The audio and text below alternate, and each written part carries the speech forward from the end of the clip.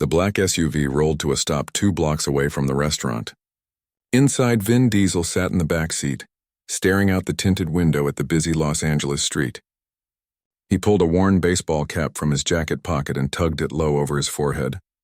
The sun was setting, painting the sky in shades of orange and pink, and the city was coming alive with the evening crowd. "You sure you don't want me to come with you?" his driver asked, glancing at him through the rearview mirror. Vin shook his head. "Nah, I need to do this alone. Keep the engine running, though. I might need to leave quickly if things get awkward." He stepped out onto the sidewalk and started walking. People rushed past him, caught up in their own lives, their own problems. A few glanced his way, but the cap and casual clothes did their job. He was just another guy on the street. That's exactly what he wanted tonight. 2 years. It had been 2 years since he'd signed the papers and become the owner of Familia, a small Italian restaurant tucked into a corner lot in downtown LA. The name meant everything to him. Family. It was the word he'd built his entire career around. The theme that ran through every movie, every interview, every speech. Family isn't just blood. Family is the people who show up for you, who have your back when the world gets tough. He'd opened the restaurant with that exact philosophy, a place where the staff would be treated like family, where customers would feel like they were eating at their grandmother's table, where nobody was just a number on a paycheck. He'd hired a management team he trusted, people who came with glowing recommendations and years of experience. Then he'd done what he always did, poured himself into the next movie, the next project, trusting that the people he'd put in charge would protect his vision. But lately, something felt off. It started 3 months ago with a phone call from an old friend who'd eaten at the restaurant. Great food, his friend had said, but the vibe felt weird. The servers looked stressed, not the warm family feeling you were going for. Vin had brushed it off at first. Running a restaurant was hard work. Of course, people got stressed during busy shifts. But then came another comment, this time from a fan who'd tagged him on social media. "Love your movies, love what you stand for, but your restaurant staff seem really unhappy. Just thought you should know." That got his attention. He'd started digging quietly, making anonymous calls, checking online reviews. Most customers loved the food, loved the atmosphere. But buried in the comments were hints of something darker. Saw a manager yelling at staff. Service was great, but the girl serving us looked like she'd been crying. Food is amazing, but you can feel the tension. Vin had built his reputation on being real, on meaning what he said. If his restaurant was becoming the kind of place where people were miserable, where the family atmosphere was just a marketing lie, he needed to know. He needed to fix it, so tonight he was going in undercover. No phone calls ahead of time. No warnings, just him, walking through the door like any other customer, seeing what was really happening when nobody knew the owner was watching. The restaurant came into view at the end of the block. Even from a distance, he could see the warm glow of lights through the windows. The sign above the door, Familia, was written in elegant script with a small Italian flag design. His chest tightened with pride and anxiety. This place was supposed to be something special, something real. He crossed the street and approached the entrance. Through the windows, he could see the dining room was packed. That was good. Tuesday nights weren't usually this busy. Maybe things were actually going well and he was worrying over nothing. He pushed open the door and a wave of sound and smell hit him immediately. The rich aroma of garlic, basil, and slow-cooked tomato sauce. The sound of laughter and conversation mixing with the gentle background music. Classic Italian songs his grandmother used to play. The dining room looked exactly as he'd envisioned it.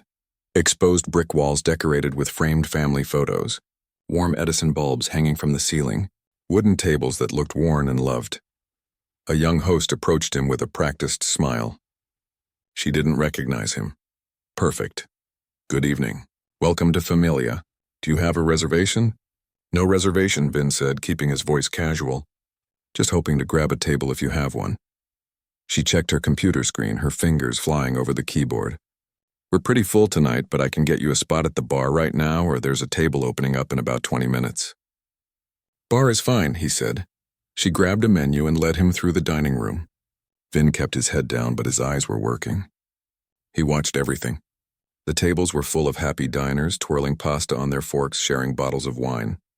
The ambiance was perfect, but he was looking for something else. He was watching the staff. A server rushed past carrying a heavy tray loaded with dishes. She was young, maybe mid-20s, with dark hair pulled back in a tight ponytail. Her smile for the customers looked genuine, but Vin noticed the tension in her shoulders, the slight tremor in her hands. Another server was clearing a table nearby, moving quickly, too quickly, like someone who was afraid of getting in trouble for being too slow. He slid onto a bar stool and the host placed the menu in front of him. "Tony will be with you in just a moment," she said before disappearing back to her station. The bartender, an older man with graying hair and kind eyes, wiped down the counter as he approached. "Evening. What can I get you to drink?" "Just water for now," Vin said, still looking at the menu. "Take your time." The bartender filled a glass with ice water and set it down with a napkin. "You been here before?" "First time," Vin lied smoothly. "Heard good things, though. Food's excellent. Can't go wrong with any of the pasta dishes. The chef makes everything fresh." The bartender leaned in slightly, lowering his voice. "Though between you and me, try to be patient tonight. We're short-staffed and everyone's running around like crazy." Vin's antenna went up. "Short-staffed? On a Tuesday?" The bartender's expression flickered with something: frustration? Worry? Before he caught himself and put the professional smile back on. You know how it is. Couple people called in sick. Happens in restaurants. But the team here is good. They'll take care of you." Before Vin could probe further, a loud voice cut through the dining room ambiance. It came from somewhere near the kitchen, sharp and angry, though the words weren't clear enough to make out. Several diners glanced toward the sound. The bartender's jaw tightened. "Excuse me a second," he muttered and walked toward the other end of the bar. Vin sat there, his water untouched, watching. Something was definitely wrong. You didn't run a place for 2 years with happy staff and suddenly have people calling in sick and voices raised in the kitchen. This was what his gut had been telling him. Something had changed. He pulled out his phone and pretended to scroll through it, but his attention was locked on the restaurant around him. The dark-haired server he'd noticed earlier emerged from the kitchen area, her arms loaded with plates. She was headed to a large table in the corner, where a family with 3 young kids was waiting. As she approached, one of the children accidentally knocked over a cup of juice. The purple liquid spread across the white tablecloth. The server moved instantly, setting down the plates and grabbing napkins from her apron. "No worries at all," she said to the embarrassed parents, her voice warm despite the clear exhaustion on her face. "Happens all the time. Let me get this cleaned up for you." She worked quickly, soaking up the juice, assuring the family it was no problem, even making the crying child laugh with a silly face. But as she gathered the soggy napkins and turned back toward the kitchen, Vin saw her smile disappear. Her face went blank, like someone who'd just put down a heavy mask and needed a second to breathe. She walked past his seat at the bar, moving toward the narrow hallway that connected the dining room to the kitchen. Vin turned slightly on his stool, watching her over his shoulder. She thought no one was looking. The dining room was busy. The bartender was distracted. The other servers were caught up with their own tables. That's when she stopped, right there in the hallway, where the warm light from the dining room faded into the harsher fluorescent glow of the back area. She stopped walking. Her shoulders started to shake. She pressed her back against the wall and brought one hand up to cover her mouth. She was crying. Not dramatic, loud crying. The kind of crying someone does when they're trying desperately not to cry. Silent tears running down her cheeks while she fought to control her breathing. Her other hand clutched the notepad she carried, holding it against her chest like it was the only thing keeping her together. Vin's chest tightened. He'd seen that kind of crying before.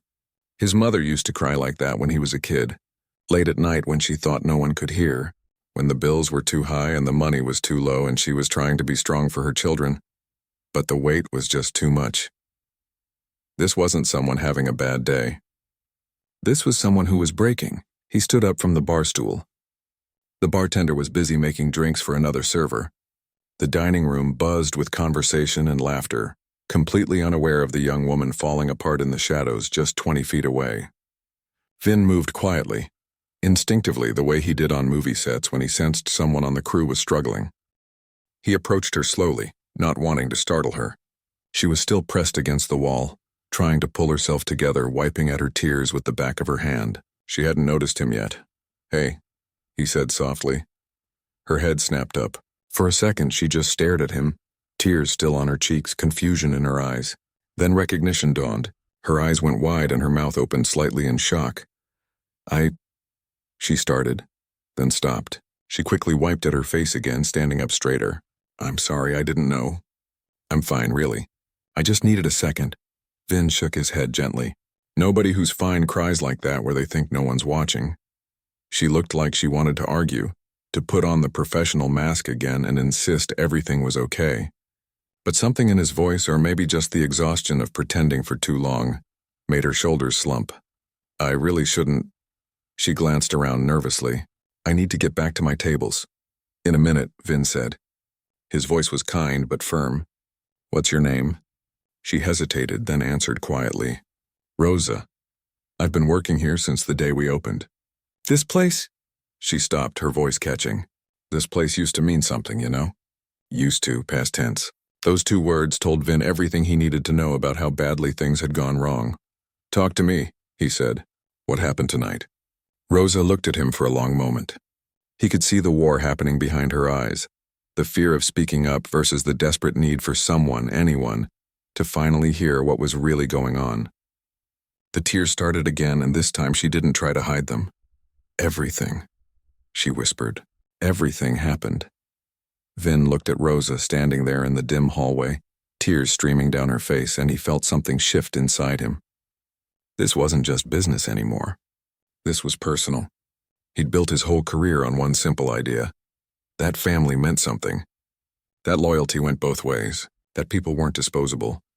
Come on, he said gently, gesturing toward a quieter corner near the storage area. Let's talk somewhere you won't get interrupted. Rosa glanced nervously back toward the dining room. I can't. I have 4 tables right now, and if Derek sees me standing around... She stopped, biting her lip. Derek? Vin's eyes narrowed. That was the general manager he'd hired 18 months ago. Guy came with perfect references. 10 years of restaurant experience, talked a good game about building team culture. What about Derek? Rosa looked at him with an expression that was half fear, half exhaustion. Like she was tired of being scared but couldn't help it. Mr. Diesel, I really appreciate you asking, but I could lose my job for talking about this.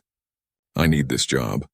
My mom's sick and I'm helping with her medical bills, and nobody's losing their job for telling me the truth. Vin cut in, his voice firm but kind. I own this place, remember?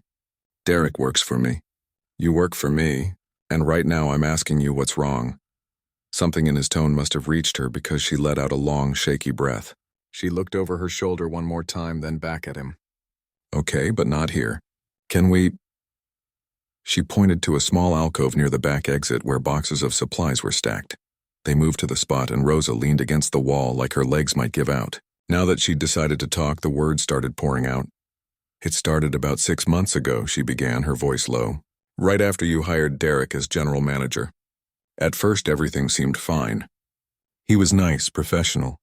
But then little things started changing. He cut the staff schedule. We used to have 5 servers on weeknight dinner shifts. Now we have 3. Same number of tables, same amount of customers, but fewer people to handle it. Vin's jaw tightened, but he said nothing. He needed to hear all of it. Then he started messing with the tips. Rosa continued, her voice getting stronger now, like she'd been holding this in for too long. We pool our tips here, right? That's how you set it up. Everyone shares equally at the end of the night. But for the last 4 months, the amounts have been wrong. Way wrong. We'd have busy Friday and Saturday nights with full tables. But when Derek counts out the tips, there's barely anything there. How much are we talking about? Vin asked. Rosa laughed bitterly. Last Saturday night, we served 200 customers. The bills averaged about $70 per table. Most people tip at least 15–20%. Do the math. We should have walked away with at least $200 each. You know what I got? $47. And when I asked Derek about it, he said people must have been tipping badly. She shook her head. But I saw the receipts. I saw people leaving cash on tables. The money's going somewhere, and it's not to us. Vin felt heat rising in his chest. He'd grown up poor, really poor. He knew what it was like to work your body to exhaustion for every dollar. The idea that someone was stealing from his staff, people who trusted him, made him want to put his fist through a wall. Why didn't anyone call me? He asked. Why didn't you report this? Rosa looked at him with sad eyes. Mr. Diesel, with all respect, you're a movie star. You're busy filming all over the world. We didn't even know how to reach you. And Derek made it very clear what would happen if anyone complained. 3 weeks ago, one of the cooks, Miguel, he asked about the tip situation. Derek fired him the next day, said he was creating a negative work environment. Miguel had been here since opening day. He had 2 kids. He needed that job. Derek fired someone for asking about tips? Vin's voice was dangerously quiet.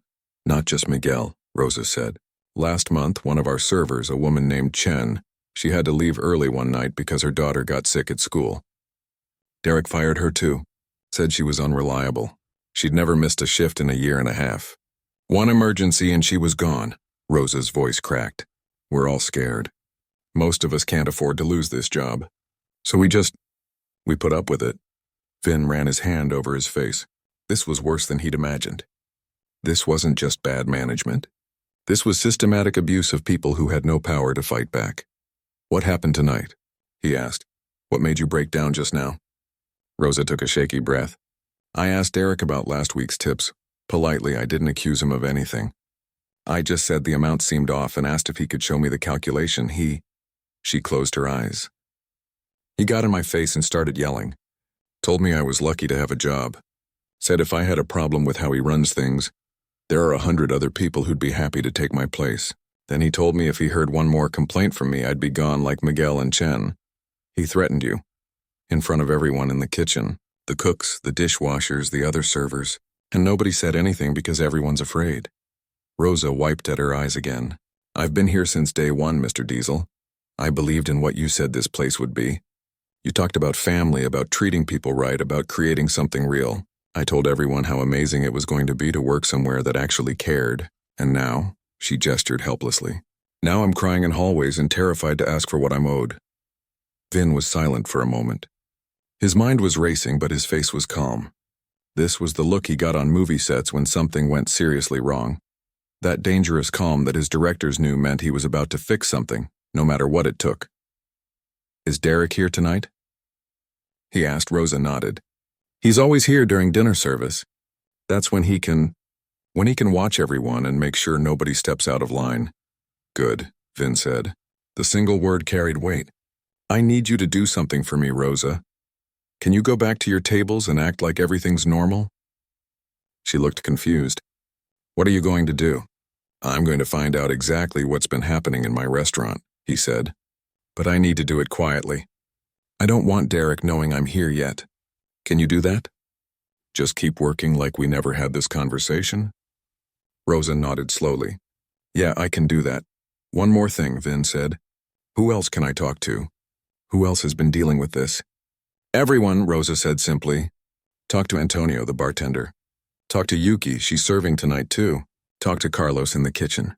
We've all been living with this. We just didn't know what to do about it. Vin put a hand on her shoulder. You did the right thing telling me. I promise you this ends tonight. No matter what happens, you're not losing your job. None of the good people here are. Understand?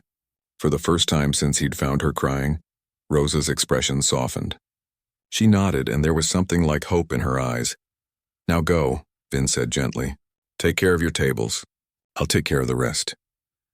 Rosa straightened her uniform, wiped her face one more time, and walked back toward the dining room. Vin watched her go, saw her put that professional smile back on as she approached a table. The mask was back in place, but now he knew what was behind it. He stood there for a moment in the quiet alcove thinking. He'd dealt with a lot in Hollywood. Difficult directors, shady producers, people who tried to take advantage. But this felt different. These weren't millionaire executives playing power games. These were regular people just trying to make an honest living. And someone he'd trusted had turned his restaurant into exactly the kind of place he'd sworn it would never be. He pulled out his phone and made a quick call. It rang twice before a familiar voice answered. Vin? What's up, man? Tony, I need you to do something for me, Vin said to his business partner. Tony was the guy who handled the financial side of all his investments. I need you to pull the last 6 months of reports from Familia, everything. Sales numbers, tip records, payroll, inventory. And I need you to look for discrepancies. Discrepancies in what? Everything. But especially tips. I think someone's been stealing. There was a pause on the other end. You think or you know. I know. I'm at the restaurant right now. I've been hearing things, but I need documentation before I move. How fast can you get me that information? I can pull the digital records in about an hour. Send them to your email. But Vin, if someone's actually stealing, we need to handle this carefully. There's legal implications, I know. That's why I'm calling you. Get me the numbers. And Tony, keep this quiet. I don't want anyone knowing we're looking into this yet. Got it. I'll have something for you within the hour. Vin hung up and slipped the phone back into his pocket. 1 hour. He could work with that. He moved back toward the dining room, but this time he wasn't going to sit at the bar and observe. This time he was hunting for information. He spotted Antonio, the bartender, mixing drinks at the far end of the bar. Vin waited until there was a quiet moment, then approached. "Hey," he said, sliding onto a stool. "Can I ask you something?" Antonio looked at him, and Vin could see recognition slowly dawning. The bartender's eyes widened slightly. Wait, are you— "Yeah," Vin said quietly. "But keep it down. I'm here unofficially, and I need to ask you some questions." Antonio glanced around nervously. "Is everything okay? Did someone complain about the service?" "No. But I've been hearing some concerning things about what's been going on here lately. The management, the working conditions. I need to know the truth." The older bartender's expression shifted. Something like relief crossed his face. "How much time do you have?" he asked. "As much as it takes." Antonio leaned in, lowering his voice. And for the next 10 minutes, as he worked and talked, he confirmed everything Rosa had said and added more details. The tip skimming wasn't occasional, it was constant. Derek had been systematically taking money from the pooled tips for months. He'd also been forcing staff to work through their legally required breaks, threatening anyone who complained. 2 people had gotten injured on the job in the last month. One server burned her hand badly on a hot plate, and Derek had pressured them not to file incident reports. "Why didn't anyone contact me?" Vin asked, though he already knew the answer. "We didn't know how," Antonio said. "You're the owner, but you're never here. Derek's the one running things day to day, and he made it real clear that going over his head would mean losing our jobs. Most of us can't afford that risk." A movement caught Vin's eye. Through the window in the kitchen door, he saw a man in a manager's shirt. Had to be Derek, talking to one of the cooks. Even from this distance, even without hearing the words, Vin could read the body language. Derek was standing too close, gesturing aggressively. The cook, a younger guy, had his eyes down, nodding quickly. Submissive, scared. That was it. Vin had seen enough. "Where's your office?" he asked Antonio. "Upstairs. Second door on the right." Vin stood up. "Tell Derek I need to see him in the office.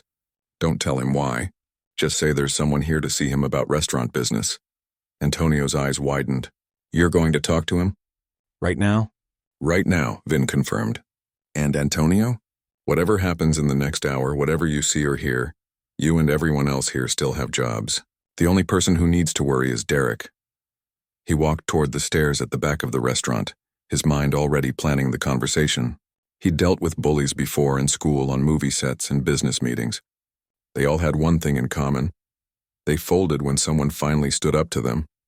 Derek had turned his restaurant into a nightmare for people who deserved better. People who showed up every day, worked hard, treated customers with respect, and believed in the family values Vin had promised them. That ended tonight. Vin climbed the stairs, his footsteps heavy and deliberate. Behind him, he could hear Antonio making the call. "Derek, someone's here to see you in the office. Says it's about restaurant business." Vin reached the office door and stepped inside. The small room was neat, organized, with a desk and computer and filing cabinets. He didn't sit down. He stood in the middle of the room, arms crossed, waiting. Less than a minute later, he heard footsteps on the stairs. The door opened, and Derek walked in. Derek walked into the office with the confident stride of someone who thought he was in control. He was tall, lean, dressed in the standard manager's uniform, black shirt, black pants, polished shoes. His hair was slicked back and he carried a tablet under one arm. He looked like he'd stepped out of a restaurant management handbook. Then he saw who was waiting for him. The confidence drained from his face like water through a sieve. His mouth opened slightly.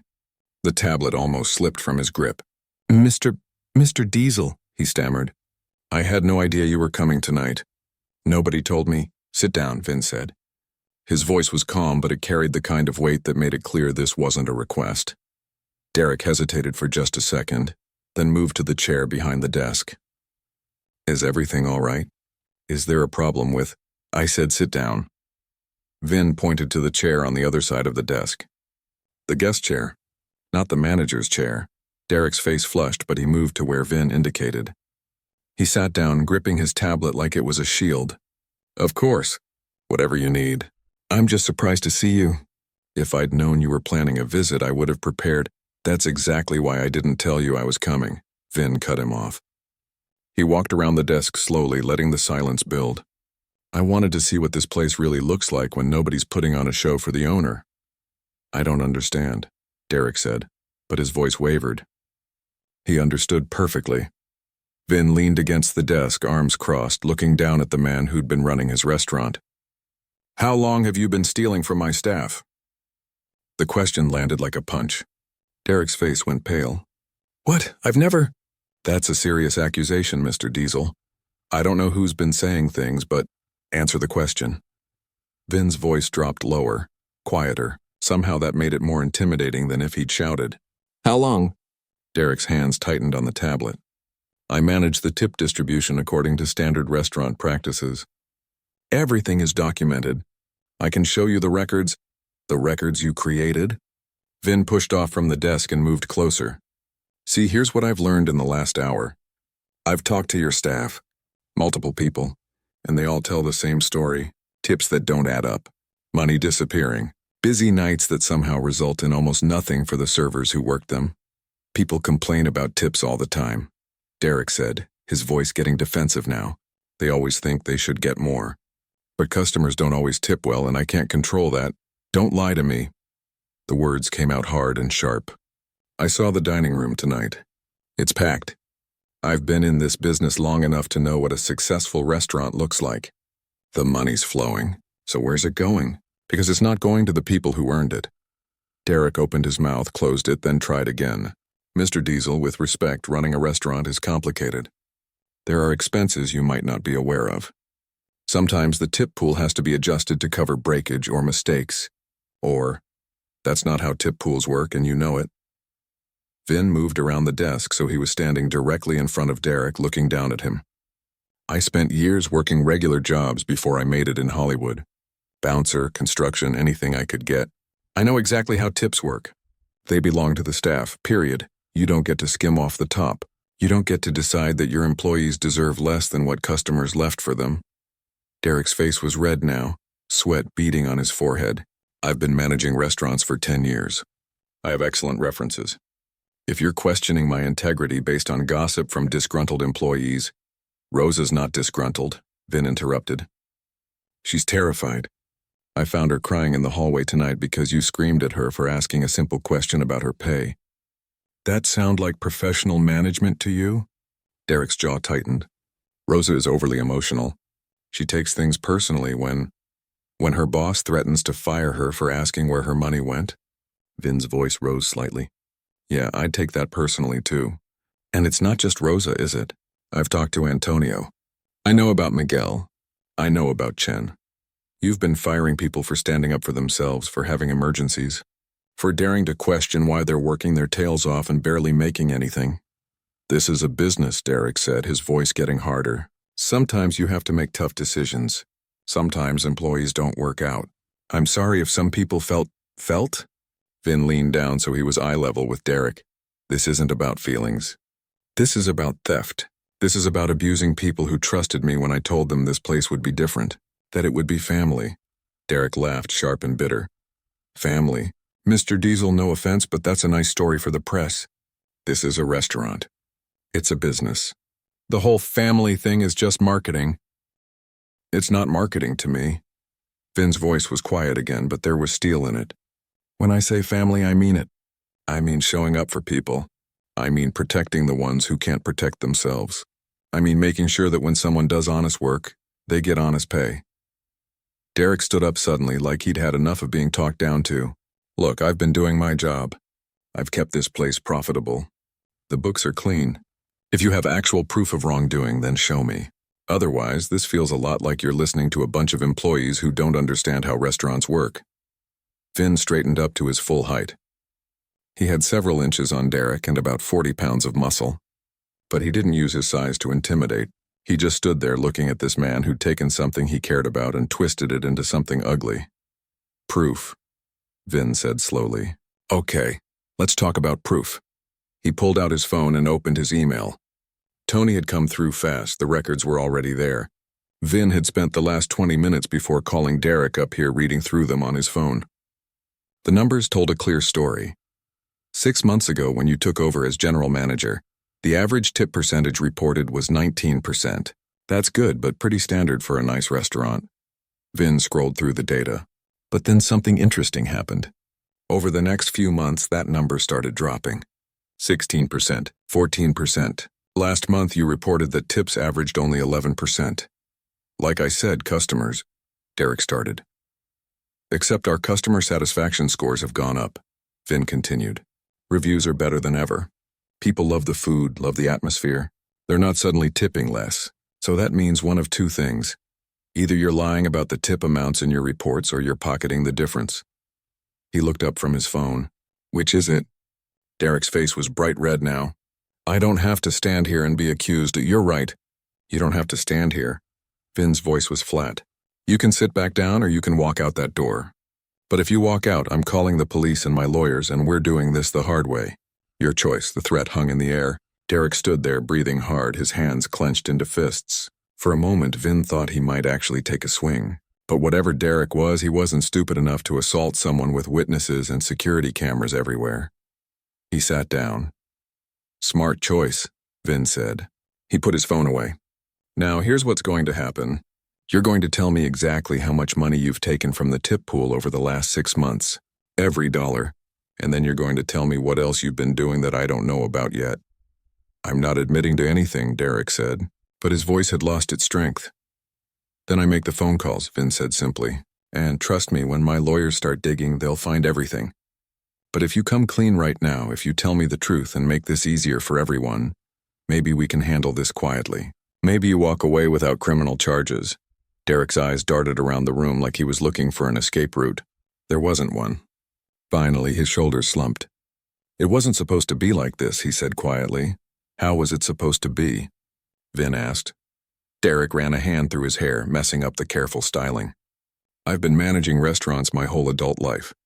You know what the profit margins are like in this business? Razor thin. One bad month and you're done. And you. He looked up at Vin with something like resentment. You bought this place with movie money. You didn't need it to succeed. It was just a hobby, a vanity project. So that gave you the right to steal from people who actually need their paychecks? I kept the place running. Derek's voice rose. You weren't here. You were off making movies, living your life. Someone had to make the hard decisions. Someone had to keep costs down and make sure we stayed profitable. By stealing tips, Vin said. By firing people who got sick. By threatening anyone who asked questions. Derek looked away.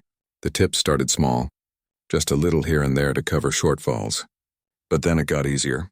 And nobody said anything, so I thought. He trailed off. You thought you could get away with it. Yeah, Derek admitted.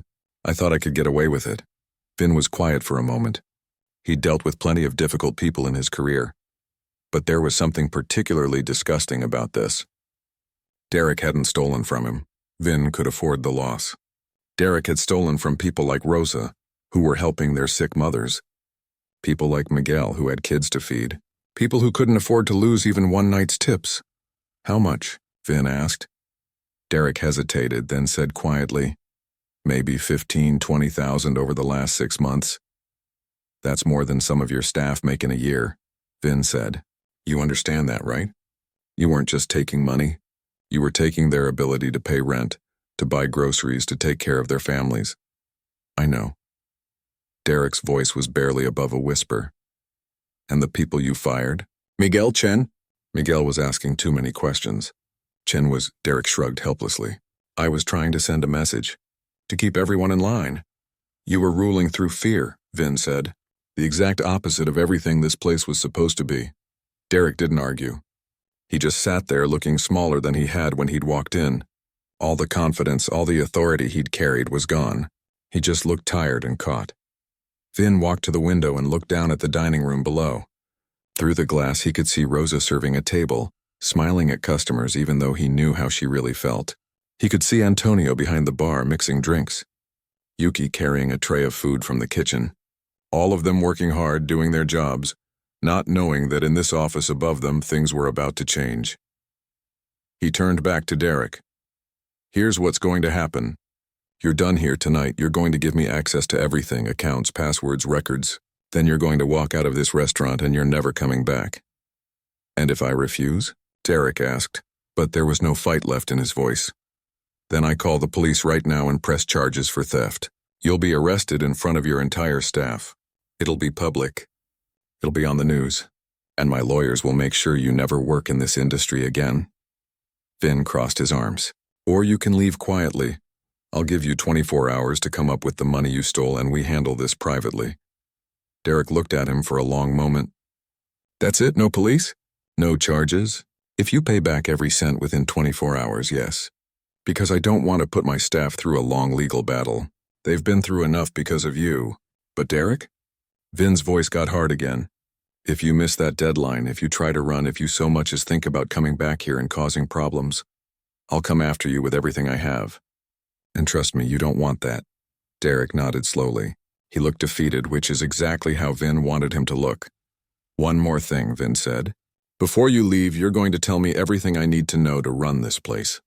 Every supplier, every system, every process, because as of right now, I'm taking over as acting manager until I find someone who actually deserves the job."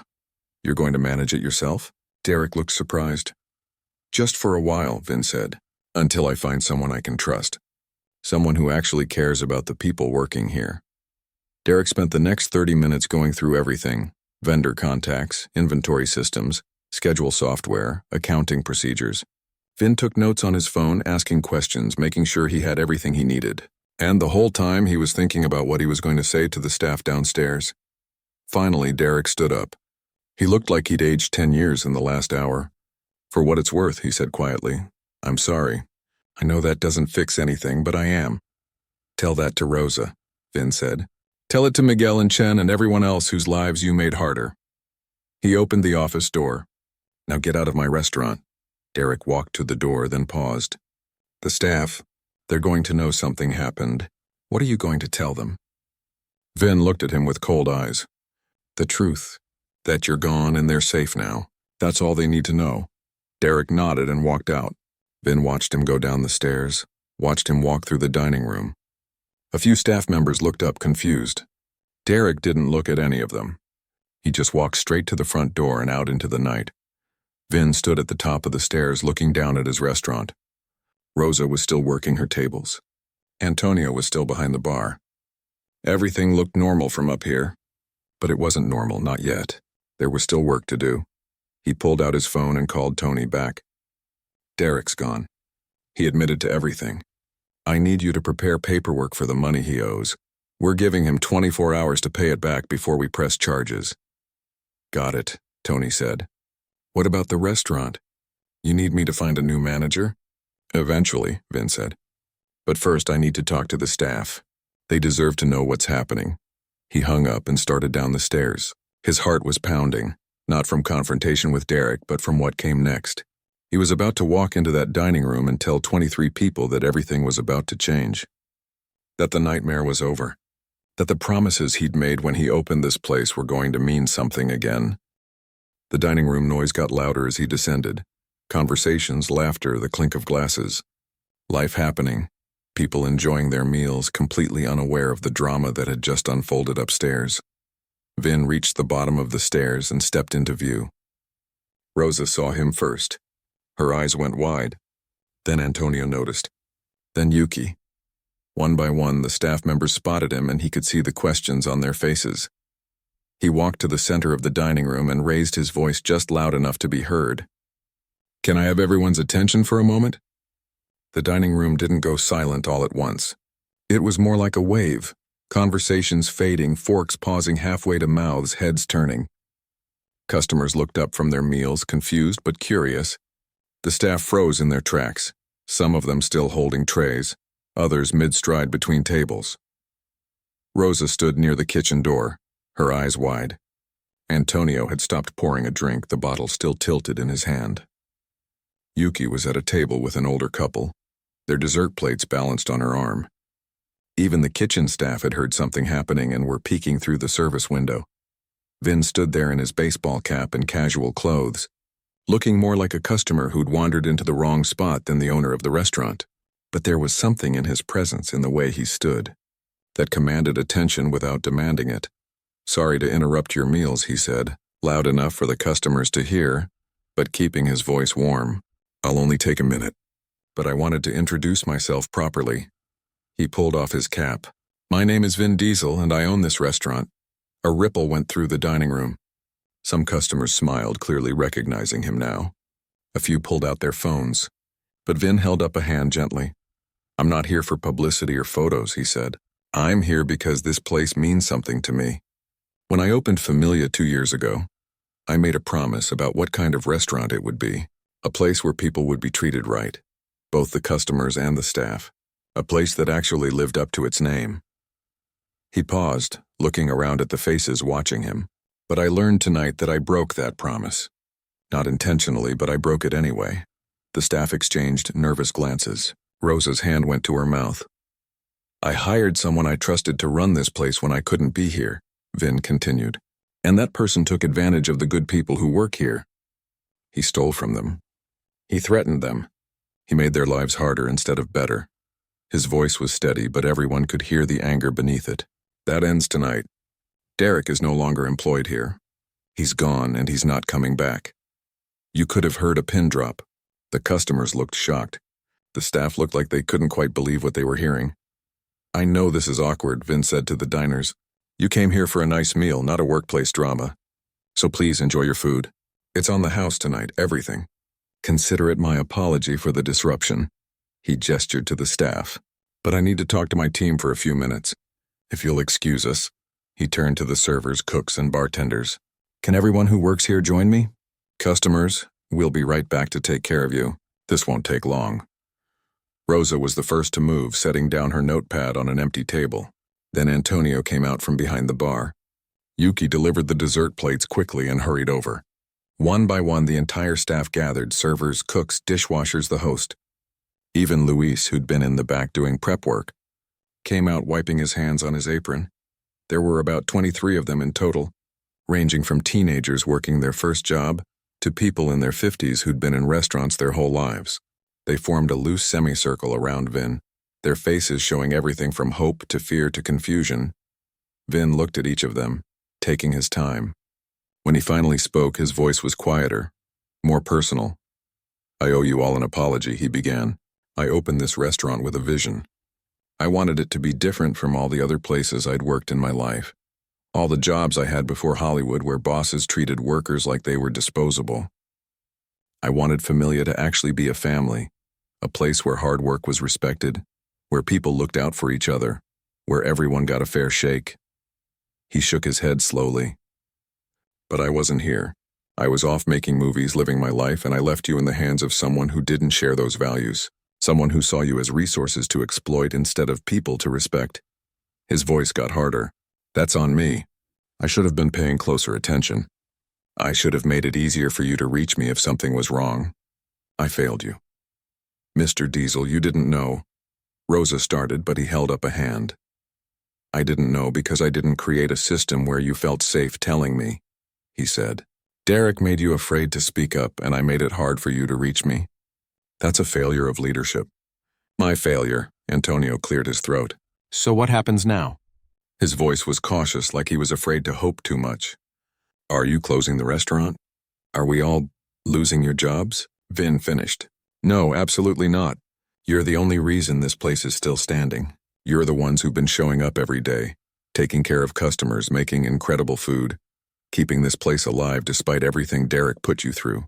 Why would I punish you for his mistakes?" A visible wave of relief passed through the group. One of the younger servers, a guy who couldn't have been more than 19, actually wiped tears from his eyes. "Here's what's going to happen," Vin said. "First, every penny that Derek stole from your tips will be paid back. I'm giving him 24 hours to return the money. If he doesn't, I'm pressing charges and we'll get it back through the courts. Either way, you're getting what you earned. Yuki spoke up, her voice shaking slightly. How much are we talking about? Derek admitted to taking about $15,000 to $20,000 over the last 6 months, Vin said.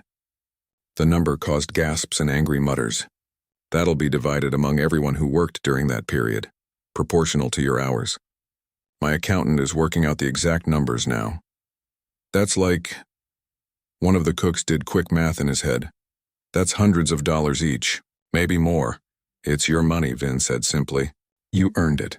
You should have gotten it 6 months ago. Rosa spoke up, her voice stronger now. What about Miguel and Chen? The people Derek fired? Vin nodded. I want their contact information. I'm offering them their jobs back if they want them, with back pay for the time they lost. And if they don't want to come back, which I'd understand, I'll make sure they get compensation for being wrongfully terminated. The staff was starting to look less shell-shocked and more energized. Antonio was nodding. Yuki was smiling. Even the usually quiet dishwashers in the back were murmuring to each other with obvious relief. Second thing, Vin continued, I'm implementing new policies starting immediately. You'll all have my personal contact information. Not some corporate line, but a direct way to reach me. If something's wrong, if someone's mistreating you, if you have concerns about anything, you can tell me. And there will be zero retaliation for speaking up. In fact, speaking up when something's wrong is part of your job now. I need you to be honest with me about how this place is running. What about a new manager? Antonio asked. Someone's got to run the day-to-day operations. I'm working on that, Vin said. For the next few weeks, I'll be here more often, handling management duties myself until I find the right person. And this time, I'm not hiring based on a resume. I'm going to talk to you, the staff, about what you need in a leader, because you're the ones who have to work with them every day. He looked at the group, seeing how they were standing a little taller now, how the fear in their eyes was being replaced by something else. Hope, maybe, or trust starting to rebuild. But there's something else I need to address, Finn said, his tone getting more serious. The schedule. Derek cut your hours to save money. That means you've been understaffed, overworked, and probably exhausted every shift. Multiple heads nodded. Rosa let out a bitter laugh. We've been running with 3 servers on nights when we should have 5. It's been insane. That changes immediately, Vin said. As of tomorrow, we're going back to proper staffing levels. I'd rather spend more money on payroll and run a healthy restaurant than squeeze every penny out of you until you break. This is a business, yes, but it's also a workplace, and workplaces should be sustainable. Luis, one of the senior cooks, raised his hand tentatively. Can I ask something? Anything, Vin said. Why are you doing all this? Luis asked. I mean, I'm grateful, we all are. But you could have just fired Derek, hired someone new, and moved on. You didn't have to stand here and apologize to us. You didn't have to promise all these changes. You're a huge movie star. This is just one restaurant. Why do you care this much? Vin was quiet for a moment, and when he spoke, his voice was softer, more personal than it had been all night.